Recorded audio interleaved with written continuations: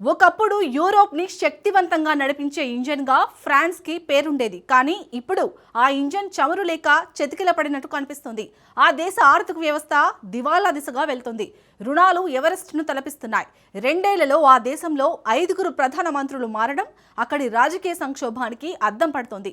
సంక్షోభాన్ని నివారించేందుకు చర్చలు జరపాలని దిగిపోయే ప్రధానికి అధ్యక్షుడు మాక్రాన్ ఆదేశాలు జారీ చేశారు. అయితే రాజకీయ సంక్షోభం నుంచి ఫ్రాన్స్ బయటపడుతుందా? దేశాన్ని మళ్ళీ మాక్రాన్ సరైన ట్రాక్లో నడిపించగలరా? అసలు ఫ్రాన్స్లో ఏం జరుగుతుంది? Let's watch. 2 ఏళ్లలో 5 పీఎంలు రాజీనామా. ఫ్రాన్స్లో రాజకీయ సంక్షోభం ఎందుకు? ఫ్రాన్స్ని సంక్షోభం నుంచి మాక్రాన్ గట్టెక్కిస్తాడా?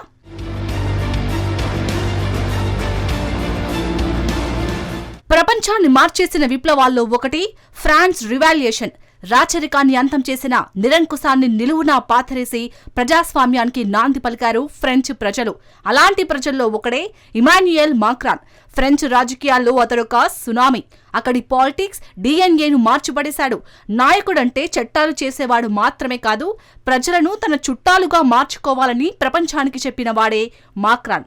క్షేత్రస్థాయిలో ప్రజల వద్దకు వెళ్లే మాక్రాన్ మూస ధోరణి రాజకీయాలకు గుడ్ బై చెప్పాడు. ఫ్రాన్స్లో కొత్త ఒరవడిని సృష్టించిన ఈ లీడర్ ఫ్రాన్స్ని రాజకీయ సంక్షోభం నుంచి మాత్రం గట్టెక్కించలేక చేతులెత్తేస్తున్నాడు. నిజానికి ఫ్రాన్స్ రాజకీయాల్లో సంక్షోభానికి కారణమైన లెఫ్ట్ రైట్ వింగ్లను సమన్వయం చేసే మరో విప్లవం తెస్తానని 2017లో మాక్రాన్ ప్రజలకు హామీ ఇచ్చాడు.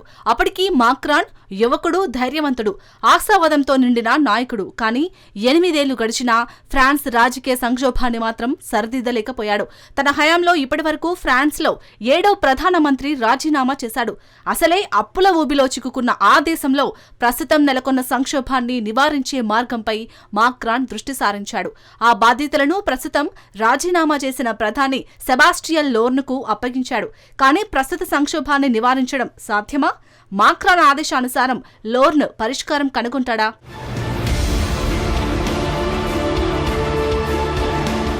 ఫ్రాన్స్లో ప్రస్తుతం నెలకొన్న పరిణామాలను ఒకసారి చూద్దాం. ప్రస్తుతం ఫ్రాన్స్ అప్పులు కుప్పగా మారింది. ఆ దేశ రుణాలు మొత్తం జీడీపీలో 115% చేరాయి. అంటే ఆ దేశ రుణాలు 3.9 లక్షల కోట్ల డాలర్లకు పెరిగాయి. ఆ దేశ వార్షిక లోటు 5.8%గా నమోదైంది. ఫ్రాన్స్ మొత్తం అప్పులకే వడ్డీ కింద కేవలం ఈ ఒక్క ఏడాది మాత్రమే ఏకంగా 7,000 కోట్ల డాలర్లను చెల్లించింది. రక్షణ, విద్యకు మినహాయిస్తే మిగిలిన అన్నింటికీ వెచ్చించే దానికంటే వడ్డీలకు చెల్లించే మొత్తమే ఎక్కువగా ఉంది. అలానే ఫ్రెంచ్ ప్రభుత్వం తక్కువ ఖర్చు చేస్తుందని కాదు. నిజానికి యూరోప్లోనే ఎక్కువగా ఖర్చు చేసే దేశం కేవలం ఒక్క ఫ్రాన్స్ మాత్రమే. ప్రజా సంక్షేమానికి ఫ్రాన్స్ కేటాయించే మొత్తం జీడీపీలో 57%. కానీ ఫ్రాన్స్కి వచ్చే ఆదాయం మాత్రం జీడీపీలో 51% మాత్రమే. యూరోప్లో ఏ దేశము పెట్టనంతగా ఫ్రాన్స్ సంక్షేమ పథకాలకు వెచ్చిస్తోంది. అయినప్పటికీ ఫ్రాన్స్లో ఆస్పత్రుల్లో సిబ్బంది కొరత వేధిస్తోంది. యూనివర్సిటీలు నిధుల లేమితో ఇబ్బందులు పడుతున్నాయి. అంతేకాదు పేదలుగా మారుతున్నామన్న ఆందోళన దేశంలోని ప్రతి ఒక్కరిని టెన్షన్ పెడుతోంది. ఇంత పెద్ద ఎత్తున సంక్షేమానికి ఫ్రాన్స్ ఖర్చు చేస్తుంటే ఎందుకు ప్రజలు ఆందోళనలకు దిగుతున్నారు? సంక్షేమ రాజ్యంలో నిరసనల సెగలు ఎందుకు మొదలయ్యాయి? నిజానికి ప్రస్తుతం ఫ్రాన్స్ సంక్షోభం 2024లో మాక్రాన్ రాజకీయ ప్లాన్తోనే మొదలైంది.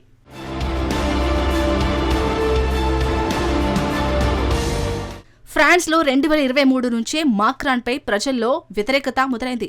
2024 యూరోపియన్ యూనియన్ ఎన్నికల్లో మాక్రాన్ రిజోనెన్స్ పార్టీ ఘోరమైన ఓటమిని మూటగట్టుకుంది. లెఫ్ట్ వింగ్ ఎదుగుదలను చూసి మాక్రాన్ జీర్ణించుకోలేకపోయాడు. సెంట్రిస్ట్ పార్టీలను బలోపేతం చేయడానికి మాక్రాన్ నడుం బిగించాడు. ఈ క్రమంలోనే మాక్రాన్ సాహసోపేతమైన నిర్ణయం తీసుకున్నాడు. అప్పటికి మాక్రాన్ అధ్యక్ష పదవీ కాలం ఇంకో 3 ఏళ్లు ఉంది. అయితే ప్రజల నుంచి తనకు మద్దతు ఉందని నమ్మాడు. ఫ్రాన్స్ ముందస్తు ఎన్నికలకు వెళ్లేందుకు పార్లమెంటును రద్దు చేశాడు. ఆ మేరకు జూన్ 30, జూలై 7న ఫ్రాన్స్ ఎన్నికలు జరిగాయి. ఈ ఎన్నికల్లో ఫార్ రైట్, సెంట్రిస్ట్ పార్టీలు విజయం సాధిస్తాయని మాక్రాన్ భావించాడు. కానీ ఈ ఎన్నికల ఫలితాలు అంచనాలను తారుమారు చేశాయి. లెఫ్ట్ వింగ్ 182 స్థానాలు, right wing 143, Macron centrist party 168 స్థానాలను దక్కించుకున్నాయి. సింపుల్ గా చెప్పాలంటే ఏ పార్టీకి పూర్తి స్థాయిలో మెజార్టీ రాలేదు. ఒక రకంగా చెప్పాలంటే ఫ్రాన్స్ పార్లమెంటులో హంగు ఏర్పడింది. ఆ తర్వాత ప్రధానమంత్రులుగా బాధ్యతలు చేపట్టిన వారు ఎవరూ ఎక్కువ కాలం కొనసాగడం లేదు. గత 2 ఏళ్లలో ఏకంగా 5 ప్రధానులు రాజీనామా చేశారు. రాజకీయాల వెనుక మరో అతిపెద్ద సమస్య పొంచి ఉంది. ఫ్రాన్స్ ఆర్థిక విధానం పనిచేయడం ఆగిపోయింది. దశాబ్దాలుగా ప్రజాధనాన్ని సామాజిక శాంతి కోసం ఫ్రెంచ్ ప్రభుత్వాలు వెచ్చించాయి.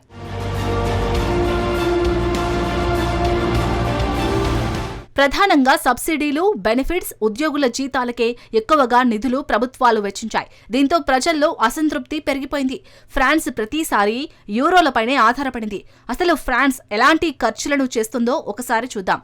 కార్మికులను ఫ్యాక్టరీల్లో నియమించుకోవడానికి వ్యాపారులకు ఏటా $25,000 కోట్ల చెల్లిస్తోంది. నిజానికి యూరోపియన్ యూనియన్ చట్టాల ప్రకారం ఈ నిధులను గత్యంతరం లేక ఫ్రాన్స్ వెచ్చించాల్సి వస్తుంది. పైగా సదరు కార్మికులను తొలగించేందుకు చట్టాలు అనుమతించవు. దీంతో కొత్త నియామకాలు నిలిచిపోయాయి. నిరుద్యోగం పెరిగిపోతుంది. వేతన వృద్ధి మందగించింది. దీంతో ఫ్రాన్స్ అంతటా మాక్రాన్ కు వ్యతిరేకంగా ఆందోళనలు వెల్లువెత్తుతున్నాయి. గ్రామీణ ఫ్రాన్స్ ని మాక్రాన్ పట్టించుకోవడం లేదంటూ మండిపడుతున్నారు.